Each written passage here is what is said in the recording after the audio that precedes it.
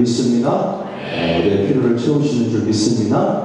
하나님 함께 하십니다. 옆에 있는 사람이 하나님이 당신과 함께 하십니다.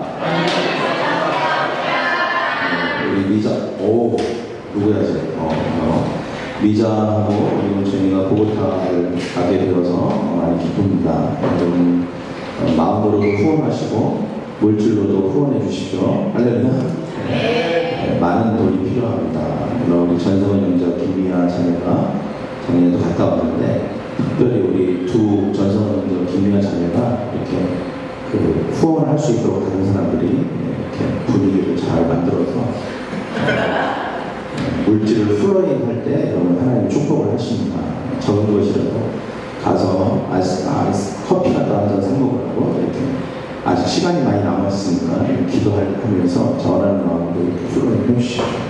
그래서 분위기가 저희가 다른 때는 아니더라도 보고타를 매년 한 팀씩은 꼭 갔으면 좋겠어요. 내년 2016년이죠. 그 다음 2017년 갈 사람들도 이렇게 그 다음에 이자 문춘이가 이렇게 그 후원을 해주는 중간 역할을 해서 후원을 받을 수 있도록 이렇게 해서 이렇게 도와주면 좋을 것 같습니다. 그래서 후원을 받아야만 갈 수 있는 그런 곳입니다. 그만큼 많은 재정이 필요하고 이 시간을 내가 보니까 돈이 없어서 못 가면 안 될 때 있다는 생각이 들었어요.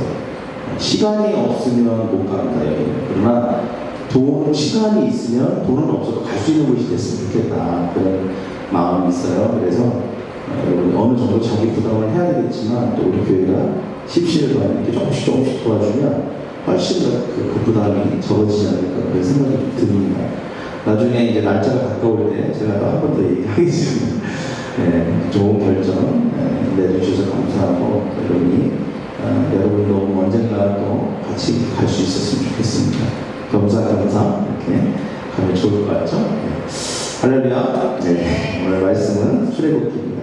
출애굽기 3장 11절부터 14절까지 보겠습니다. 출애굽기 3장 11절부터 14절입니다. 같이 읽겠습니다. 시작. 모세가 하나님께 아뢰되 내가 누구이기에 바로에게 가며 이스라엘 자손을 애굽에서 인도하여 내리이까. 하나님이 이르시되 내가 반드시 너와 함께 있으리라. 내가 그 백성을 애굽에서 인도하여 낸 후에 너희가 이 산에서 하나님을 섬기리니 이것이 내가 너를 보낸 증거니라.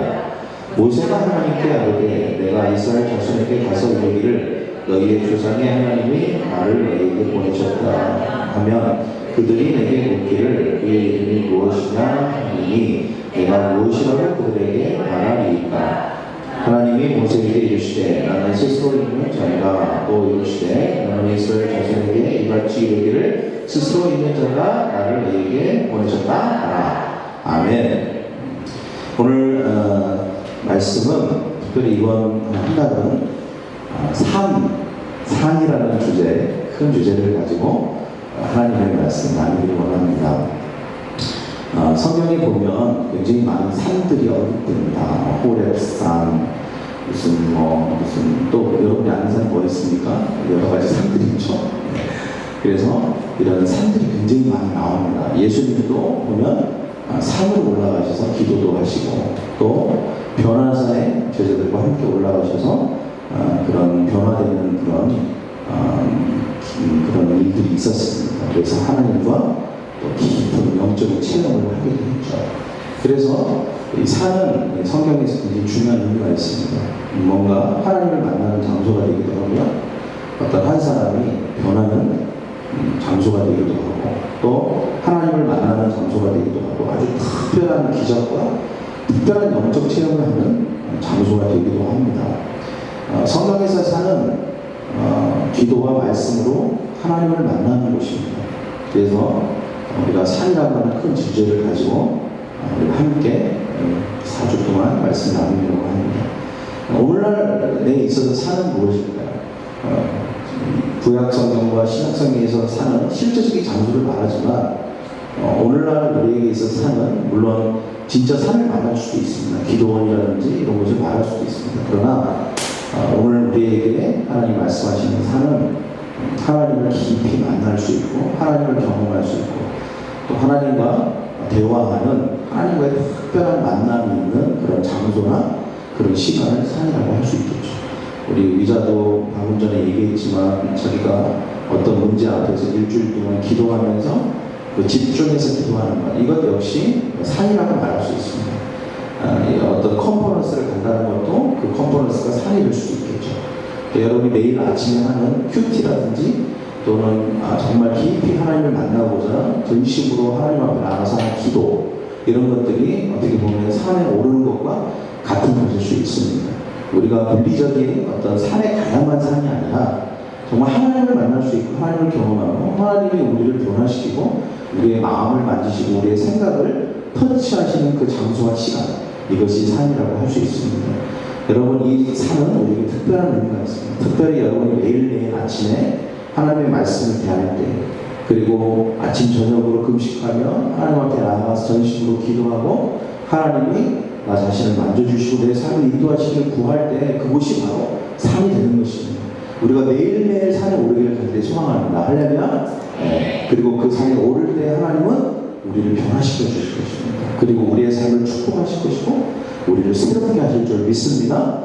오늘 성경에 보면 이렇게 산에 오름으로 말미암아 하나님을 새롭게 하시고 변화시키시고 인생의 목적을 이루게 하신 수많은 사람들이 많이 나오는 것을 보게 됩니다. 오늘날 우리에게 있어서 산은 매우 중요한 의미가 있습니다. 많은 사람들이 세상에서 많이 갖고 많이 배우고 많이 축적하고 많은 인간관계를 쌓고 스펙을 쌓고 이런 것들을 통해서 인생의 성공을 꿈꿉니다. 그러나 성경은 그렇게 말하고 있지 않습니다. 성경은 우리에게 분명히 말하고 있어요. 산에 올라가라. 산에 올라가라. 하나님과의 깊은 만남을 가져라. 그리고 하나님의 음성을 듣고 하나님과 교제하고 하나님이 너를 변화시키면 너는 인생의 목적을 이루고 승리하고 성공적인 인생을 살 수 있다. 그렇게 분명히 말합니다. 성경에 보면 몇몇 사람들이 이 세상의 사람들이 세상 사람들이 말하는 가치와 기준을 가지고 살려고 하다가 하나님을 만남으로 드디어 그들이 진정한 성공을 맛본 수많은 사람들을 소개하고 있는 것을 보게 됩니다. 우리가 하나님과 만나는 이 산 속에서 하나님은 우리에게 어떤 일들을 행하실까요? 저는 첫째는 하나님은 우리를 하나님보다 앞서 있는 마음을 치료하십니다. 하나님보다 앞서 있는 우리의 마음을 하나님은 치료하시는 것입니다. 여러분, 우리가 어떤 인생의 목적을 이루고 성공하기 위해서 가장 중요한 게 뭐냐면 하나님보다 앞서 있는 마음이 있으면 안 되는 것입니다. 하나님보다 더 사랑하는 게 있으면 안 되는 것입니다. 하나님보다 더 우선이 되는 게 있으면 안 되는 것입니다. 하나님이 우리의 보물인 줄 믿습니다. 하려면 하나님이 우리의 보물인 것입니다. 하나님이 우리의 최우선인 것입니다. 하나님이 가장 내 인생에 앞서 계신 분인 것입니다. 항상 하나님이 내 앞에 계신 것입니다. 그때 우리의 인생은 최고의 인생, 복받는 인생이 될 줄 믿습니다. 아브라함이 창세기 22장에 보면 청천벽력 같은 하나님의 음성을 듣게 됩니다. 그렇게 자기가 학수고대하고 고대했던 아들을 드디어 100세에 얻게 됩니다. 그러니 그 아들이 얼마나 이쁘겠어요.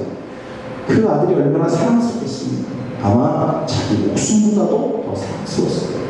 그래서 그 아들을 빨고 물고 그냥 얼마나 사랑했는지 몰라요. 그런데 그런 아브라함에게 어느 날 나타나셔서 하나님께서 그 이삭을 제단에 바치라는 것입니다. 제단에 제사로 제물로 바치라는 것입니다. 그때 이 아브라함이 그 이야기를 들었을 때 그 아브라함의 마음은 어땠을까요? 창세기 22장 2절에 보면 이렇게 정확하게 말하고 있습니다. 여호와께서 이르시되 내 아들, 내 사랑하는 독자라고 했어요. 여러분, 이게 얼마나 정확한 표현입니까? 지금 아브라함의 마음을 잘 대변하고 있지 않습니까? 내 아들, 내 사랑하는 독자. 네가 그 아들을 얼마나 사랑하는지 난 알고 있다.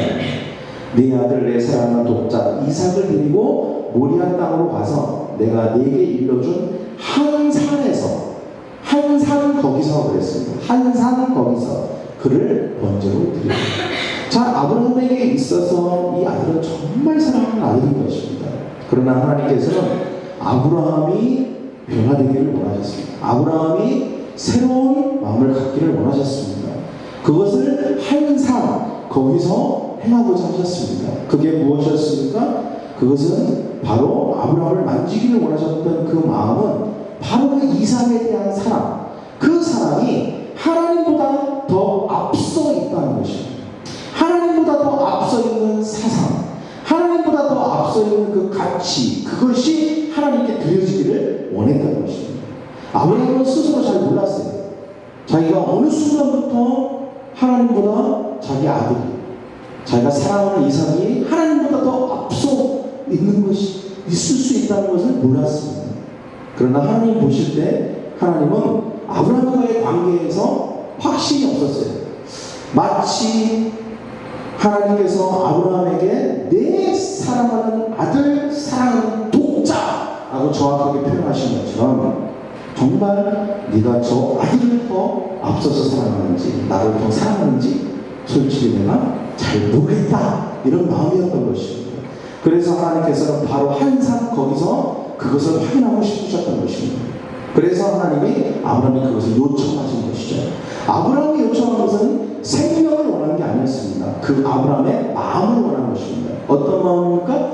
하나님보다 앞서 있는 마음, 그것을 받기를 원하셨던 것입니다. 그러나 아브라함은 고민하지 않고 하나님 앞에 순종하죠. 그리고 바로 그 항상 거기로 올라갑니다. 그리고 하나님 앞에 자기 아들 독자 이삭을 하나님께 드리기로 결정하고 행동으로 옮기게 됩니다. 그때 하나님께서 그의 마음을 보신 것입니다. 하나님보다 앞서 있는 그 마음을 하나님께로 드리기로 결정한 그 마음을 보신 것입니다. 그때 하나님께서 멈추라, 그리고 한 양을 예비하심으로 그때에 하나님이 성경에 여호와 이레, 아브라함이 하나님을 표현할 때 하나님은 여호와 이레라고 표현하는 것을 보게 되는 것입니다. 여러분, 우리가 하나님보다 앞서 있는 마음을 하나님께 드릴 때 하나님은 우리의 모든 것이 되신 줄 믿습니다. 하나님 우리에게 모든 것을 주실 수 있습니다. 우리의 삶의 여호와 이레 모든 것이 준비되어 있습니다. 그러나 우리가 하나님보다 앞서 있는 것이 우리의 삶에 있을 때 하나님으로부터 그 모든 것을 받을 수 없는 것입니다. 하나님으로부터 그 모든 것이 준비되어 있는 것들이 우리의 삶에 복이 될 수 없는 것입니다. 그러나 하나님보다 앞서 있는 사상과 가치와 그 어떤 것, 성경은 그것을 우상이라고 표현하고 있습니다. 우상은 어떤 우리의 마음 가운데 어떤 형상을 말하는 것이 아닙니다. 우상은 우리가 하나님보다 더 앞서 있는 어떤 것을 말하는 것입니다. 그것이 돈이 될 수 있습니다. 그것이 때로는 자식이 될 수 있습니다. 그것이 사랑하는 아내와 남편이 될 수도 있고, 그것이 부모가 될 수도 있고, 그것이 어떤 스펙이 될 수도 있고, 그것이 어떤 직장이 될 수도 있습니다. 그러나 분명한 것은 우리가 한 산에 올라가서 매일매일 하나님 앞에 나아가 하나님과 깊은 만남을 통해서 하나님 우리를 다루시기를 원하는 우리의 마음이 있습니다. 내 마음 안에 나보다 더 앞서 있는 게 있다는 것입니다. 하나님은 말씀을 통해서 기도하는 중에 그것을 가르쳐 주십니다. 그때 우리가 하나님 앞에 결단해야 하는 것입니다. 주님, 내 안에 하나님보다 앞서 있는 것이 있습니다. 솔직하게 고백하는 것입니다. 인정하는 거예요. 아브라함처럼 주님, 내가 그것을 인정합니다. 그리고 하나님이 오늘 나에게 그것을 원하실 때 나는 그것을 드릴 수 있습니다 라고 하나님께 드릴 수 있는 것입니다. 그때 하나님은 여호와 이레가 되시는 줄 믿습니다. 할렐루야. 모든 것을 하나님이 준비하시는 것입니다. 모든 것이 이미 준비되어 있는 것입니다. 하나님이 이미 그 마음을 받으실 준비를 가지고 계시는 것입니다. 그 다음에 하나님은 우리의 삶에 산에서 어떤 일들을 행하실까요? 첫째는 아까 뭐라고 했습니까? 하나님보다 앞서 있는 마음을 고치시는 것입니다.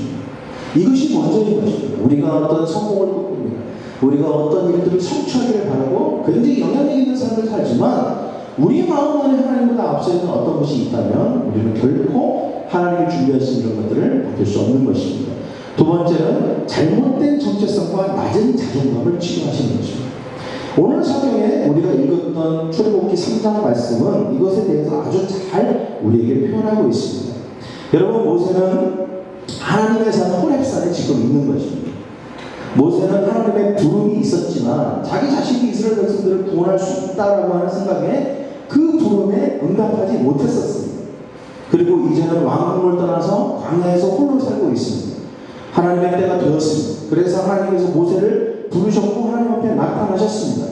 하나님이 나타나신 곳은 호렙산이었습니다. 가시덤불에서 불이 붙었고 하나님은 그 불에 집중하게 하셨습니다. 불은 여호와 하나님을 말하는 것입니다. 여러분, 우리가 하나님의 산에 올라갔을 때 우리가 집중해야 될 것이 무엇일까요? 바로 하나님 그분 자신이 되는 것입니다. 우리가 하나님 그분 자신에게 집중하게 될 때에 하나님께서는 우리에게 뭔가를 행하시는 것입니다. 하려면 우리에게 뭔가를 하기 시작하시는 것입니다. 우리에게 뭔가 작업하기 시작하시는 것입니다. 사장에 보니까 모세는 하나님을 알지만 하나님이 주신 소명에 대해서는 멀리 떨어져 있었습니다. 하나님은 이스라엘 백성을 구원하는 비전을 주시기 전에 먼저 모세의 정체성을 치료하시는 것입니다. 많은 사람들이 하나님의 큰 꿈을 이루려고 합니다. 주님, 나에게 이런 비전을 주시고 나는 이런 일을 할 수 있습니다. 그러나 그 사람에게 먼저 필요한 것은 그 사람의 정체성과 그 사람의 마음이 변화되는 것입니다.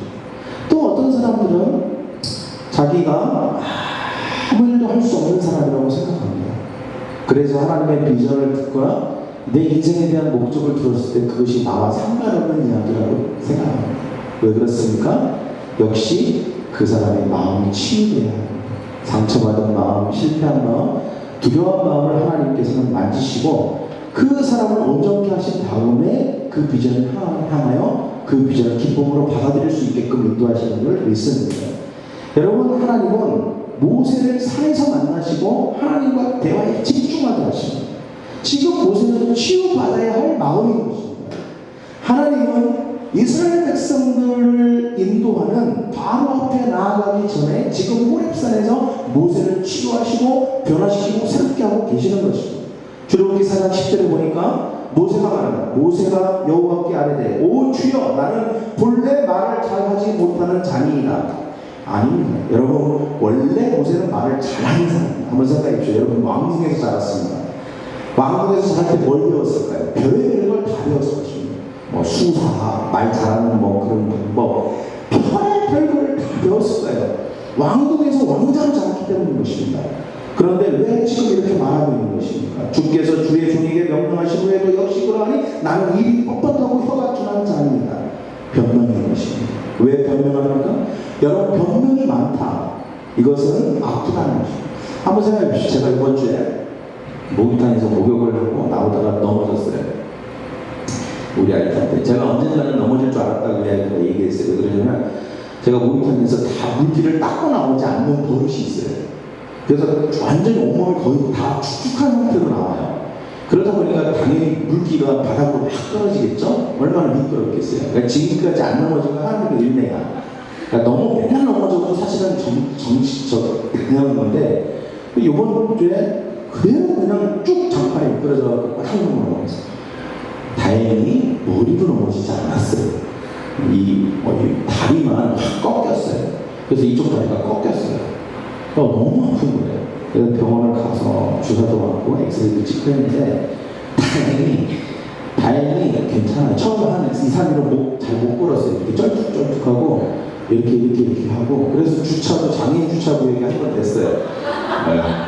불법이죠. 근데 내가 장애인이라는 생각이 들더라고요. 근데 제가 제가 하고 싶은 얘기는 뭐냐면, 아프니까 아프잖아요. 근데 처음에는 진짜 걷지도 못해서 이렇게 걸었어요. 근데 제가 나중에 깨달았어요. 이게 어떻게 걸으면 안 아프다는 거예요. 그냥 어떻게 걸냐면 무릎을 안쪽으로 해서 걸으니까 안 아픈 거예요. 원래는 바깥쪽으로 아프니까 이렇게 걸으니까 막 뚝뚝 여기 소리가 나면서 아파. 그래서 무릎을 안쪽으로 해서 이렇게 걸으니까 하나도 안 아픈 거예요. 근데 이번 주에는 계속 제가 이렇게 걸어 다녔어요. 이렇게 이상해요. 뒤에서 보면 되게 이상해요.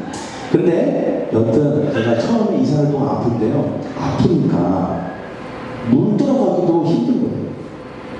그러니까 누워봐도 계속 우리 아이가 여보 뭐랄까, 여보 약 좀 줘, 여보 계속 아프니까. 우리 아이가 자기가 해 그러면 내가 뭐가 핑계가 되죠? 아프니까 그게 핑계가 되는 거예요. 아프니까 아파서 못한다니까. 아파서 못한다. 여러분, 우리가 몸만 아파도 뭘 하는 게 항상 그게 못하는 이유가 돼요. 그죠?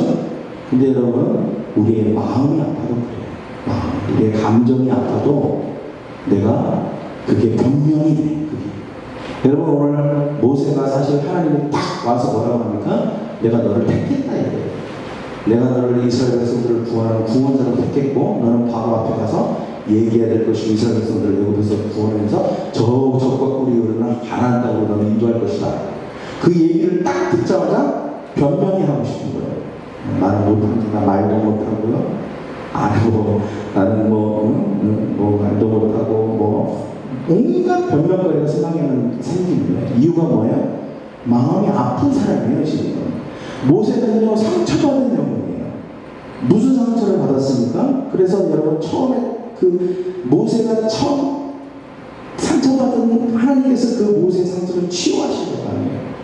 모세가 상처받은 상태라는 걸 알거든요. 지금은 모세는 비전을 이루고 목적을 이룰 만한 그런 영적인 상태, 감정적인 상태가 아닌 거예요. 너무 상처받았습니다. 너무 오랫동안 지금 마음이 정체성과 자존감과 이런 게 다 무너져 있는 상태예요. 하나님께서 이 호렙산에서 그를 치유하기 시작하시는 거예요. 그를 새롭게 하기 시작하시는 거예요. 첫 번째가 뭐예요? 자, 모세가 상처받은 첫 번째 상처받은 자로서 하는 질문 첫째 뭐냐면 이거예요. 출애굽기 3장 11절입니다. 모세가 하나님께 아뢰되 내가 누구이기에 바로에게 가며 이스라엘 자손에게 애굽에서 인도하여 내리니까 내가 누구이기에 이 말은 뭐냐면 나는 내가 누구인지 모르겠다. 저를 따르고 나는 내가 누구인지 모르겠다. 제가 작년에 보고타에 갔는데 어떤 목사님이 자기 딸을 억지로 끌고 왔어요.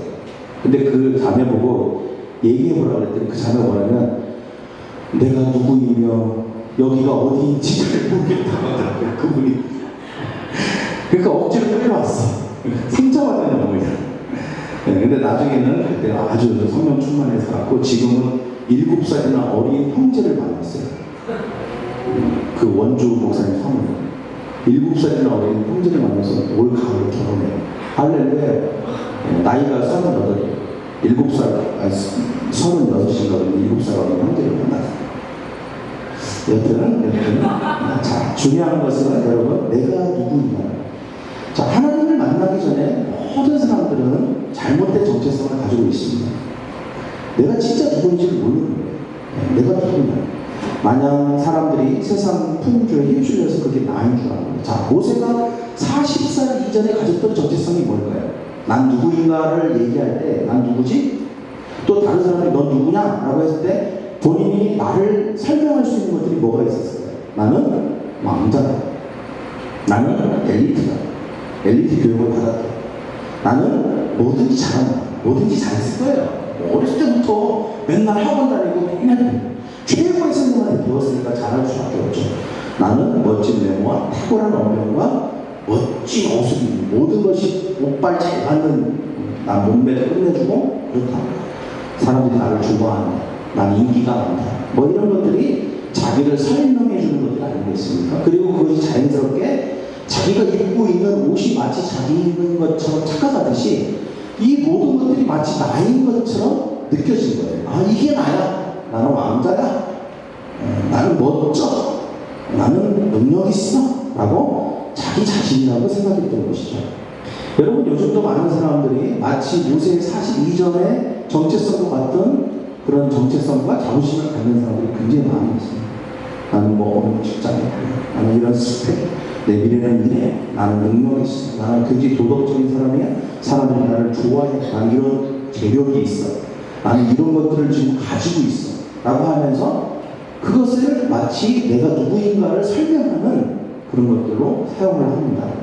그러나 이런 것은 진정 나를 설명하는 게 아니죠. 어떻게 보면 이것들은 나를 꾸며주고 있을 뿐입니다. 여러분, 제가 수영장에 가서 느낀 게 있어요. 수영장. 그게 뭐냐면 수영장에서 이쁜 사람이 따로 있더라고요.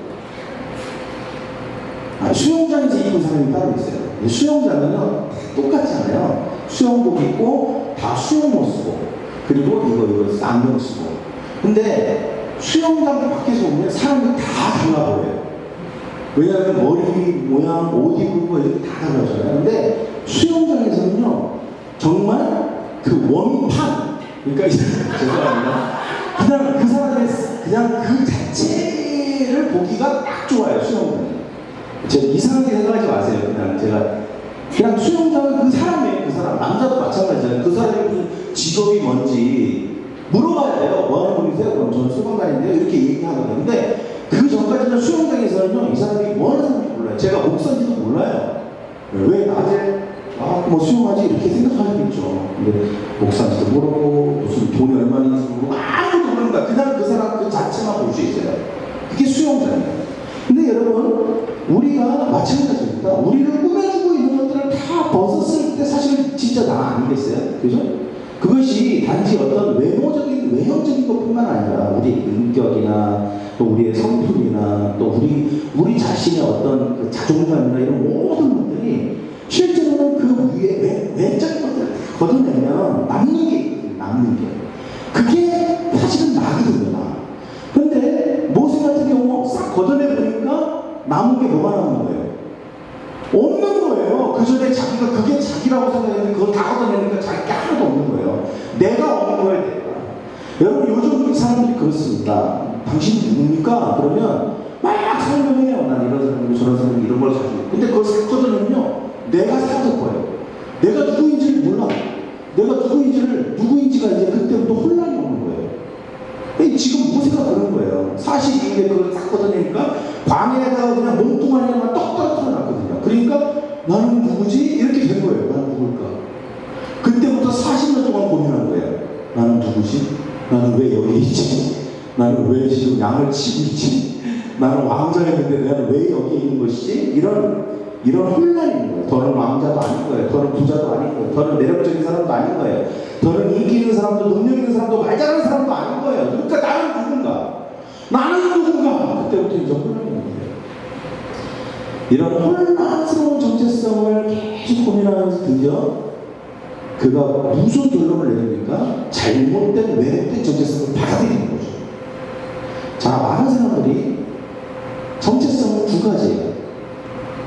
자기를 꾸미고 있는 것이 나라고 생각하는 사람이 있고, 그리고 그것을 싹 걷어냈을 때 남은 그 사람, 그 마지막 남은 그 본질 속에서 진정한 나를 발견하지 못함으로 말미암아 왜곡된 악한 영이 준 정체성을 받아들이는 사람이 있어요.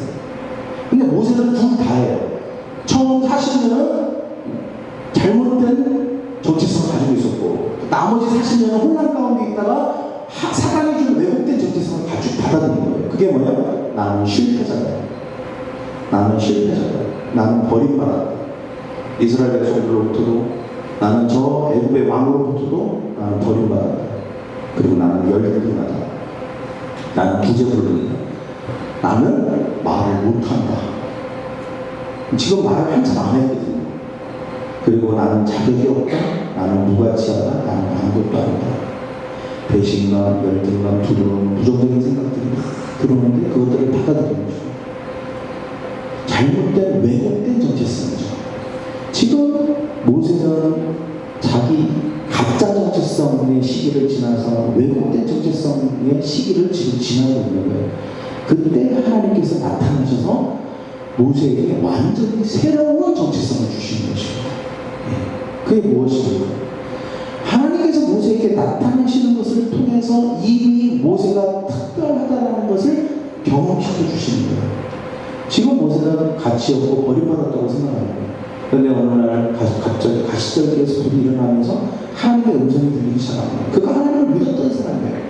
그러나 그는 왜곡된 정체성 속에 살고 있었어요. 그런데 하나님 직접 그를 만나주시는 것을 통해서 그가 깨닫게 됩니다. 이게 특별한 존재인가 보다. 하나님은 모세에게 직접 말씀하시는 것입니다. 하나님이 주시는 새로운 정체성이 뭘까요? 그것은 그 어떤 나를 꾸며주고 있는 어떤 것과 상관없이 나는 가치 있고 존귀하고 특별한 사람이라는 것입니다. 할렐루야. 내가 이 세상에 존재하는 건 나는 특별한 사람인 거예요. 내가 무슨 어떤 직장을 다니든 얼마를 가지고 있든 이런 건 중요하지 않아요. 나는 특별해요. 나는 존귀해요. 나는 가치 있어요. 나는 하나님의 아들, 딸이에요. 여러분, 예수님께서 세례 요한에게 세례를 받을 때 하늘이 열리고 비둘기가 성령이 비둘기처럼 내리고 하늘로부터 소리가 있으되 이는 내 사랑하는 아들이요 내 사랑 기뻐하는 자라 그랬어요. 사랑한다, 기뻐한다. 이 두 가지가 우리를 말해주는 유일한 정체성의 정의예요. 하나님은 우리를 네가 이렇기 때문에 사랑한다라고 말하지 않아요. 나는 너를 그냥 너 있는 그대로 사랑한다는 거예요. 너 있는 그대로 기뻐한다는 거예요. 이게 우리를 말해주는 거예요. 여러분, 시편 53편 2절에 그는 주 앞에서 자라기를 연하고 마른 땅에서 나온 뿌리 같아서 고운 모양도 없고 풍채도 없어지고 우리가 보기에 흠모할 만한 아름다운 것이 없도다. 예수님에 대한 설명이에요. 흠모할 만한 아름다운 것이 없도다. 예수님은 세상 사람들이 보기에 그렇게 매력적이지 않았다는 것입니다. 그러나 예수님은 하늘로부터는 정체성을 가지고 있었어요. 아까 얘기했던 하나님이 나를 사랑하신다. 하나님이 나를 기뻐하신다. 나는 가치 있는 존재다. 특별한 존재다. 나는 하나님의 아들이다. 그리고 하나님이 나를 인도하시고 계시고 하나님이 나와 함께 하십니다. 여러분, 이 새로운 마음과 새로운 정체성으로 치유받을 때에 우리는 하나님이 우리 인생을 향한 하나님이 우리 인생 가운데 두신 목적을 이룰 수 있는 사람이 되는 것입니다. 지금 하나님께서 모세를 그렇게 만지고 계십니다. 이런 일들이 어디서 일어날까요? 여러분, 세상에 나아가 보십시오. 세상에 나아가서 아무리 많은 스펙을 쌓고 많은 책을 읽고 많은 지식을 축적해도 여러분 이런 정체성을 가질 수 없습니다. 오직 하나님 앞에 나아가서 하나님의 음성을 듣고 하나님과 대화하고 하나님이 우리에게 말씀하실 때만 이런 새로운 정체성을 갖게 되는 줄 믿습니다. 할렐루야. 그래서 여러분, 우리는 하나님과 함께 해야 되는 거예요. 하나님과 함께 할 때만 우리는 행복할 수 있어요. 많은 사람들이 그렇게 생각해요. 잃어버리고 모든 것을 잃어버렸을 때 우리는 그것을 다시 가지면 나는 예전에 나로 돌아갈 거라고 생각합니다. 아니에요. 그게 중요한 게 아니에요. 그게 아니에요.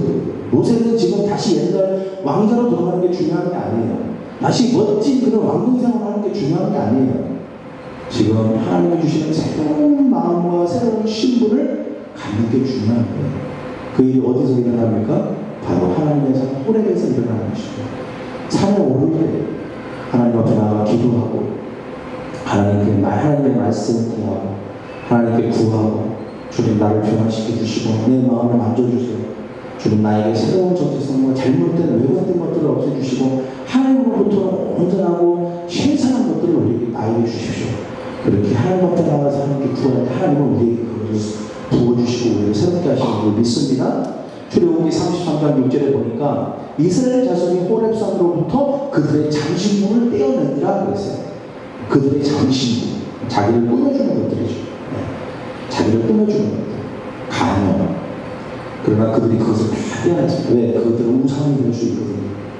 하나님보다 앞설 수 있거든요. 그리고 그것들은 우리 자신의 심령으로 말해주는 게 아니거든요. 그것을 다 떼어냈어요. 그 다음에 모세가 궁금하고 모세가 헷갈리고 모세가 지금 혼란스러운 게 뭐냐면 하나님이 누구냐는 거예요. 내가 누군가? 하나님이 누구냐. 그래서 모세가 이스라엘 자손에게 가서 하나님이 나를 보내셨다 그러면 그들이 묻기를 그 이름이 무엇이냐. 하나님이 내가 무엇이라고 그들에게 말하니까 즉 하나님이 누구라고 말해야 되겠습니다. 지금 모세는 지금 새로운 것들을 정립해 나가고 있는 것입니다. 내가 누구인가. 그리고 내가 되면 하나님은 누구인가.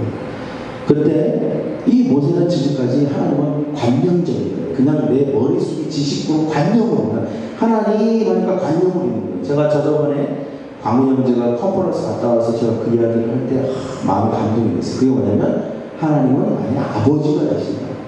그러니까 그냥 멀리 저 우주 건너편에 그냥 내가 뭘 하나 못하나 잘하나 못하는 걸 보고 잘하면 복 주고 못하면 팍벌 주고 이런 것도 아니라 그냥 나의 친근한 아버지가 되신다.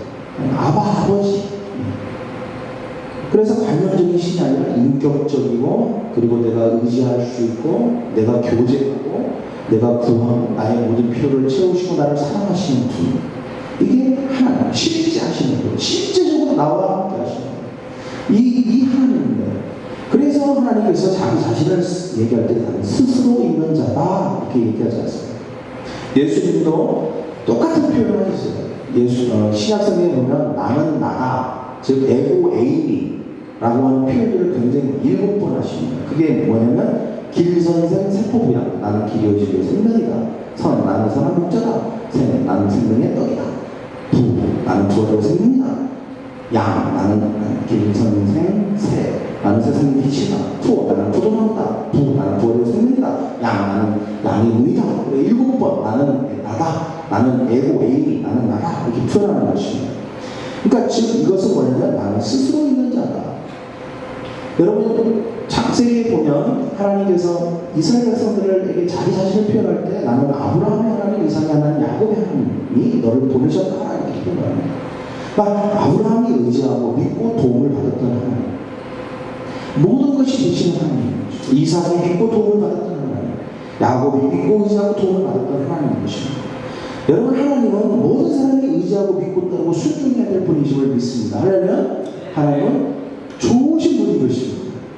하나님은 어떤 분이냐? 좋으신 분이에요. 저를 따르고 하나님은 좋으신 분이다. 좋으신 분입니다. 네. 스스로 있으면서 여러분 스스로 있다는 것은 공급을 받아야 되는 존재가 아니라 모든 것을 공급하실 수 있는 분이라는 거예요. 모든 사랑과 기쁨과 모든 필요를 다 주실 수 있는 분이에요. 무한한 자원을 가지고 계신 분이에요. 이게 하나님이에요. 많은 사람들이 왜 하나님의 산에 오르지 못할까요? 그것은 정말 하나님이 나에게 무한히 공급해 줄 수 있을까를 의심하기 때문입니다. 모세도 이전에는 많은 스펙을 쌓는데 열을 올렸습니다. 자기가 왕자의 직분을 지키는데 열을 올렸죠. 그리고 인기를 유지하는데 열을 올렸습니다. 왜 애국 사람 한 명을 쳐주겠을까요? 그것도 자기가 자기 힘으로 한번 해보겠다는 거예요. 그거에 열을 올렸어요. 그러나 이제 하나님이 누구신가를 알게 된 거예요. 그게 하나님은 내가 생각하는 그런 쬐끄만 하나님이 아니구나. 무한한 자원을, 무한한 스스로 계시면서 스스로 모든 것을 공급해주는 무한한, 우리가 상상하는 것 이상의 어마어마한 하나님이시구나. 그 능력과 그 필요를 공급해주는 능력이 어마어마한, 그리고 우리를 엄청 사랑하십니다. 이 사실을 알고 난 다음에는 자기가 스스로 뭔가를 이루려고 하는 것을 내려놓고 내가 하나님의 사회, 하나님 앞에 가면 되는구나. 하나님 앞에 가면 하나님이 모든 것을 주시는구나. 이것을 깨닫게 된 것입니다. 하려면 그래서 모세의 삶이 바뀌는 거예요. 그 다음부터는 무슨 일만 있으면, 무슨 필요만 있으면 어디로 갑니까? 어디로 가요? 하나님의 산으로 올라가는 것입니다. 산으로 올라가요. 문제만 생기면 산으로 올라가고, 필요가 있으면 산으로 올라가고, 어떤 중대한 문제가 있으면 산으로 올라가는 것입니다. 하나님을 만나는 것입니다. 여러분, 우리가 정말 하나님이 누구신지를 안다면 우리는 매일매일 하나님의 산에 올라갈 수 있습니다. 하려면, 안다면, 그것을 믿는다면 우리는 매일매일 큐티하고 매일매일 기도할 것입니다. 내가 사람들을 만나고 이런 문제를 해결하기 위해서 동동거리고 다니는 그 시간에 우리는 하나님의 전에 나와 기도하고 하나님의 말씀을 펼 줄 믿습니다. 하려면 이것이 모세에게 필요했던 거예요. 이제는 삶이 바뀌어야 되는 거죠. 삶의 방식이 바뀌어야 되는 거예요. 바뀔 필요가 있었던 것입니다. 그래서 하나님께서 그 모세를 치유하시는 것이죠. 그 다음에 세 번째는 나는 말을 잘 못한다 했습니다. 말을 잘 못한다. 무슨 말을 해야 될지 모르겠다. 여러분, 하나님께서는 우리에게 그래서 결국 어떻게 합니까? 말 잘하는 아론을 붙여주시잖아요. 현명하여 선을 이루시는 하나님. 이전에 모세는 자기가 자기 스스로 뭔가 자기 혼자 힘으로 하려고 했습니다. 그러나 내가 다른 사람과 협력해야 될 존재구나. 그리고 하나님은 나의 필요를 채우실 때에 다른 사람을 통해서 나를 채우시는구나. 돕는 도덕자를 나에게 보내주시는 분이구나 라고 하는 것을 깨닫게 되는 것입니다. 그럴 때 내 인생이 승리할 수 있다. 여러분, 옆에 있는 사람, 우리 동료들은 같은 동역자인 줄 믿습니다. 하나님이 오늘 이 시대를 살아가는 데서 굉장히 중요한 사람인 거예요. 옆에 있는 사람이. 그런 사람이 아니에요. 아닙니다. 하나님이 여러분이 아론 같은 사람이에요. 옆에 있는 사람. 저 옆에 있는 사람. 당신은 나의 아론 같은 사람입니다. 여러분의 부족한 부분을 채울 수 있는 사람이에요. 부부라면 여러분의 부족한 부분과 단점을 채울 수 있는 최고의 파트너인 것입니다. 이것이 바로 여러분 옆에 있는 사람이에요. 하나님은 바로 그런 분인 것입니다. 물론 이것이 핑계죠. 나는 말을 못한다. 나는 이걸 못한다. 그러나 하나님은 그것을 할 수 있도록 사람을 보내주시는 줄 믿습니다. 사람을 보내주세요. 절대 그게 이유가 되지 않아요. 그 다음에 보낼 만한 사람을 보내소서. 모세가 이르되 오주여 보낼 만한 자를 보내소서라고 하는 것입니다. 자, 보낼 만한 자를 보내소서, 이게 무슨 말일까요? 나는 아니라는 거예요. 나는 아니다. 나는 이제 내가 하나님이 나를 사랑하시는 것도 알겠고 나를 기뻐하시는 것도 알겠다. 그리고 나는 특별한 사람인 것도 이제 알겠습니다. 그리고 하나님 무한한 것들을 공급해 주시는 것도 이제 내가 알게 됐습니다. 그리고 내가 또 필요로 할 때 또 나에게 필요를 도울 동역자를 주시고 내가 또 말을 못하고 그럴 때 필요한 재능과 자원들을 보내주시는 것도 내가 이제 믿겠습니다. 그러나 나 말고 다른 사람이 하면 좋겠습니다. 이거예요. 왜 그래야 되죠? 모든 걸 나에게 공급해 주는데 왜 내가 아닌 다른 사람이 그것을 해야 됩니까? 그럴 이유가 없는 것입니다. 내 하는 것입니다. 나는 엑스트라가 아니라 내가 주인공인 것입니다. 하나님이 나에게 모든 것을 주시는 것입니다. 모든 필요를 채워주시고 모든 동역자를 주시는 것입니다. 그렇다면 나는 그것을 누릴 수 있는 것입니다. 할렐루야. 내 인생은 승리할 수 있는 것입니다. 나는 비전을 이룰 수 있는 것입니다. 할렐루야. 나인 것입니다. 내가 그것을 할 수 있다는 거예요. 이것이 변명이 되면 안 되는 것입니다. 왜 변명이 될까요? 앞에 있는 것들 속에서도 여전히 하나님을 신뢰하지 못할 때문에. 그러나 하나님한테 나아가서 산에 오르면 하나님 분명히 말씀합니다. 이건 네가 해야 된다. 너를 통해서 너의 가정을 복줄 것이다. 할렐루야. 너를 통해서 너의 직장을 복줄 것이고 너의 직장이 잘 되게 할 것이다. 너를 통해서 교회가 잘 되게 할 것이다. 교회가 이 지역에 영향력 있는 교회, 도시를 정복하는 교회가 될 것이다. 너를 통해서 하나님의 나라를 이룰 것이다. 주님이 나라고 말씀하시는 것입니다. 보낼 만한 자를 보내셔서가 아니라 바로 너라고 말하고 있는 것입니다. 여러분 이 모든 것이 어디에서 이루어졌다고요? 하나님의 산에서 이루어진 것입니다. 산에 오를 때 비로소 모세가 이 모든 것들을 배우게 되고 이런 새로운 마음을 갖게 되고 새로운 정체성과 새로운 마음과 새로운 것들을 깨닫게 된 것입니다. 그렇다면 여러분 우리는 어떻게 해야 될까요? 매일매일 어디로 가야 됩니까? 매일매일 세상의 조언을 구해야 될까요? TV와 수많은 인터넷 정보들을 통해서 조언을 구하고 그것들로부터 우리가 내가 누구인지 하나님 누구인지 나는 누구로부터 도움을 받아야 되면 무엇을 어떻게 해야 될지 이것을 그들로부터 구해야 되는 것입니까? 그렇지 않습니다. 이 모든 내 인생에 대한 모든 것은 하나님으로부터 온 줄이 있습니다. 할렐루야. 그렇다면 여러분 매일매일 우리는 하나님 앞에 산에 오를 수 있습니다. 하나님 앞에 말씀을 통해서 기도하고 산에 올라야 되는 것입니다. 그때 매일 매 순간 하나님은 우리에게 그것을 가르쳐 줄 것입니다. 내가 누구인지를 가르쳐 줄 것입니다. 하나님이 누구인지를 가르쳐 줄 것입니다. 그리고 내가 어떤 필요들을 공급받을 수 있는지 무엇을 내가 해야 되는지를 가르쳐 주실 것이고 누가 나에게 필요한지를 가르쳐 주실 것이고 내가 바로 그런 주인공이라는 것을 확신시켜 주실 것입니다. 그때 우리의 삶은 매일매일 승리하게 될 줄 믿습니다. 할렐루야. 여러분 산에 오십시오. 이번 주에 비전 제자교회 갔는데 자매 한 명이 정진 자매라고 그 자매가 대학로에서 연극을 했던 자매예요. 근데 그 자매가 간증을 하더라고요. 자기의 삶은 너무 피폐했다는 거예요. 연극인들의 삶이라는 게 매일 술 먹고 그냥 거의 인생이 그냥 완전히 다 망가진 삶이라는 거예요. 꿈도 없고 그런 대학로에서 연극인으로서 꿈을 키우고 그 연극인으로서의 삶을 살고 있었다. 근데 어느 날 자기가 엔카운터를 하고 하나님을 만나고 자기 인생이 변했다는 거예요. 그리고 나서 자기가 그 삶을 내려놓고 하나님한테 자기 삶을 드리기로 결정했다는 거예요. 그리고 나서 자기가 이제 하나님을 섬기고 또 이렇게 전도하며 비전을 이루는 삶을 살게 되었는데 지금은 세론이 70년, 그 자매 한 명만 70년인데 그 중에는 애기 엄마들도 있고 그 다음에 중학생도 있고 고등학생도 있고 대학생도 있어요. 근데 이제 70년인데 불과 한 2, 3년 만에 지금 이렇게 성장을 한 거예요. 근데 자기 삶을 그 자매의 간증도 듣고 그 자매가 사는 삶에 대해서 들었어요. 참 매우 감동적이었어요. 어떤 방법을 배우기보다는 그 삶 자체를 우리가 이렇게 볼 수 있는 그 자매의 마음, 국민의 마음을 가지고 있는 거예요. 그리고 정말 하나님을 사랑하는 거예요. 그리고 하나님을 믿고 있는 거예요. 하나님이 뭘 원하시는지를 알고 있는 거예요. 그 자매를 볼 때 참 많이 위로가 되고 격려가 되고, 우리 같이 갔던 리더들이 그 자매하고 대화를 하는데 계속 눈물이 나오더라고요. 무슨 말하는 거는 눈물이 나올 정도로 굉장히 그 자매의 삶이 감동적이었다. 그 얘기를 하면서, 근데 제가 밖에서 그 목사님에게 물어봤어요. 저 자매는 기복이 없냐, 인생에 기복이 없냐, 사역도.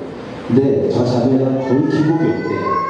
근데 왜 그러냐 내가 물어보니까 저 자매는 아주 좋은 장점을 하나 가지고 있대요. 그게 뭐냐면, 대부분의 그리스도인들이 힘든 일이 있거나 어려운 일이 있거나 뭐가 잘 안 되면 하나님으로부터 멀어져요. 그러니까 더 큐티를 잘 하다가 좀 힘든 일이 있거나 뭘 잘 안 되거나 실패하면 큐티를 더 안 하거나 기도를 좀 더 소홀히 하거나, 좀 왜냐면 실망했거든. 하나님한테 이제 실망했으니까 또 상처받은 거죠. 그러니까 좀 더 안 한다는 거예요. 근데 저 자매는 특이한 장점을 가지고 있대요. 그러면 그럴수록 하나님께 더 가까이 붙는데, 막 하나님께 더 가까이 붙는다는 거예요. 더 막 교회 와서 기도하고, 더 막 큐티하고, 기도도 막 1시간, 2시간 했다는 막 3시간으로 늘리고 막 이런데요, 저 자매는. 그러니까 저 자매는 보면 그것을 통해서 하나님이 그 마음을 만져주시고, 다시 새롭게 그 바닥을 치고 일어날 수 있는 힘도 주시고, 능력도 주시고, 그런다는 거예요. 근데 사역을 하다 보면 여러분, 얼마나 별의별 사람을 많이 만나니까. 특히 거기에 여성 애들을 많이 전도했는데, 그 여성 다니는 여자 고등학교 애들 가정 형편이라든지 이런 걸 봤을 때 굉장히 애들이 상처를 많이 받았어요. 그러니까 리더에게도 상처 많이 받는 사람은 상처를 많이 줍니다. 그러니까 리더가 얼마나, 이 70명이 다 한마디씩만 해도 얼마나 큰 상처가 되고 감당이 안 되잖아요. 근데 그것을 어떻게 감당하냐? 이 자매가 하나님 앞에 간다는 거예요. 하나님 앞에 가서 하나님이 오늘 모세를 만져주신 것처럼 그렇게 다시 새로운 정체성을 주신다는 거예요. 막 사람들도 힘들고 재정 때문에 어렵고 그러면 나는 실패한 사람이 아닐까, 나는 내가 이렇게 살아야 되나, 난 누구면 나는 어디로 가야 되나, 이런 그때 하나님 다시 내가 너를 사랑해, 너는 특별하다, 너는 내가 너와 함께한다, 그리고 내가 너를 기뻐한다, 그러면서 새로운 정체성을 주시고, 그리고 하나님이 누구신지를 계속 보여주시고, 나는 무한한 자원을 가지고 있다, 이 기간이 지나고 이 과정이 지나면 너는 반드시 승리할 것이다, 이것을 가르쳐 주시고, 그리고 또 그때에 하나님의 새로운 사람을 붙여주시고, 자기가 뭔가 다시 뭔가 할 수 있는 아이디어와 창의적인 능력을 주시고, 그리고 이 모든 일을 해야 될 사람이 바로 나라는 사실을 다시 확신시켜 주심으로 그 일을 해나갔다는 거예요. 그래서 많은 사람들이 어려움이 있을 때 많은 사람들이 비전을 포기하고 꼬꾸라지고 있지만, 이 자녀는 꼬꾸라지지 않고 계속 달려갈 수 있었던 것은 하나님의 사랑, 하나님 앞에 나아갔기 때문입니다. 그래서 그 자매가 우리 부부들한테 쭉 얘기하면서, 그 자매가 우리가 무슨 얘기를 그렇게 물어보니까 그 자매가 그런 거예요. 매일 2시간씩 기도하세요. 딱 그러더라고요. 어떤 한 우리 리더한테 매일 2시간씩 기도하시면 됩니다. 그래서 요즘 우리 그 리더가 그 얘기를 듣고 와서 매일 2시간씩 기도하고 있어요. 와, 너무 있어요. 그 리더가 저보다 훨씬 권위가 있더라고요. 네. 근데 제가 그 얘기를 들으면서, 기도는 단지 다른 사람을 위해서만 하는 게 아니라 나를 위해서 하는 거예요. 내가 세워지는 거예요. 여러분, 고린도전서 14장 4절에 보면 방언은 자기의 덕을 세우라고 했어요. 덕이라고 하는 것은 무엇입니까? 우리의 삶의 구조물인 것입니다. 예수님께서 제자들에게 얘기했죠? 너희들은 반성이 될 거라고 했어요. 여러분, 우리는 어떻게 해야 반성이 된다는 게 무슨 말이에요? 많은 사람을 올린다는 거예요. 그 자매가 70명이라는 사람을 자기 위에 올리는 거예요. 여러분, 지금 그 자매는 70명을 자기가 지금 자기 등으로 받치고 있는 겁니다. 그럼 어떻게 해야, 그럼 어떤 사람이 되면 70명을 받칠 수 있습니까? 모래같이 부서지기 쉬운 사람? 아니면 나무 합판된 사람? 절대 70명을 받칠 수 없습니다. 단단한 반성이 되어야 되는 것입니다. 그 정체성이 흔들림이 없어야 돼요. 누가 뭐라고 해도 나는 하나님 나를 사랑하신다, 나를 기뻐하신다, 나는 특별한 존재다, 이게 흔들리면 70명을 절대 받칠 수가 없는 것입니다. 근데 그 자매는 매일매일 산에 올라서 말씀과 큐티를 통해서 단단한 사람이 된 거예요. 반석과 같은. 그래서 70명, 100명, 200명을 올려도 끄떡없는 정체성을 갖는 거예요. 누가 뭐라고 해도 상처받지 않는 것입니다. 나는 하나님을 사랑하시고, 나는 얼마나 특별한 사람이에요. 하나님 나와 함께 하시고, 하나님 무한한 자유를 가진 것이고, 하나님 나에게 매일 기도할 때마다 피를 공급해 주시고, 그리고 이 모든 일들을 이룰 것은 나는 나야. 내가 회피하지 않겠어. 내가 이것을 할 거야. 라고 매일매일 하나님께 하나님께서 가르쳐 주시고 힘을 주시고 능력을 주시고 그러니까 반석은 더 반석이 되는 것입니다. 할렐루야. 더 단단해지는 것입니다. 그래서 더욱 사람을 올릴 수 있는 거예요. 70명에다가 100명을 올릴 수 있는 끝도 없는 것입니다. 여러분 베드로가 반석 같은 사람이 됐다는 것은 무슨 말입니까? 3,000명을 설교했을 때 그들이 돌아왔어요. 3,000명을 베드로 위에다 올렸을 때 끄떡하지 않는 정체성을 가지고 있고 자존감을 가지고 있었다는 것입니다. 그런 믿음을 가지고 있었다는 거예요. 그러니까 3,000명을 그 사람 위에 올렸을 때도 무너지지 않는 거예요. 여러분 우리가 그런 사람이 되길 원합니다. 한 사람도 감당하지 못하는 사람이 아니라 많은 사람을 감당할 수 있는 사람, 다른 사람을 돕고 다른 사람을 세울 수 있는 감당할 수 있는 단단한 사람이 되어야 되는 것입니다. 그러기 위해서 필요한 게 있어요. 여러분 모세는 200만 명을 감당할 수 있는 사람이 된 것입니다. 이 과정을 통해서 200만 명을 자기 어깨 위에 올린 거예요. 수많은 사람들이 모세에 와서 불평하고 원망하고 할 때 모세는 흔들리지 않았어요. 막 돌을 던지고 모세를 죽이려고 할 때 흔들리지 않았어요. 왜? 자기는 이 호렙산에서 매일매일 산에 오므로 흔들리지 않는 반석 같은 이 정체성과 반석 같은 믿음과 반석 같은 하나님을 쫙 앞서서 우선하는 이 마음을 가지고 있었기 때문에 그런 것입니다. 여러분 우리에게 필요한 게 무엇입니까? 우리에게 필요한 건 바로 이런 것입니다. 어떻게 하는 것을 얻을 수 있습니까? 매일매일 산에 오를 때 매일매일 큐티하고 기도하고 매일매일 하나님 앞에 나가서 최우선으로 하나님을 만나는 결정할 때 그리고 그 시간이 길어질수록 우리에게 바로 그런 일들이 일어날 줄 믿습니다. 하려면 절대로 포기하거나 절대로 타협하지 마십시오.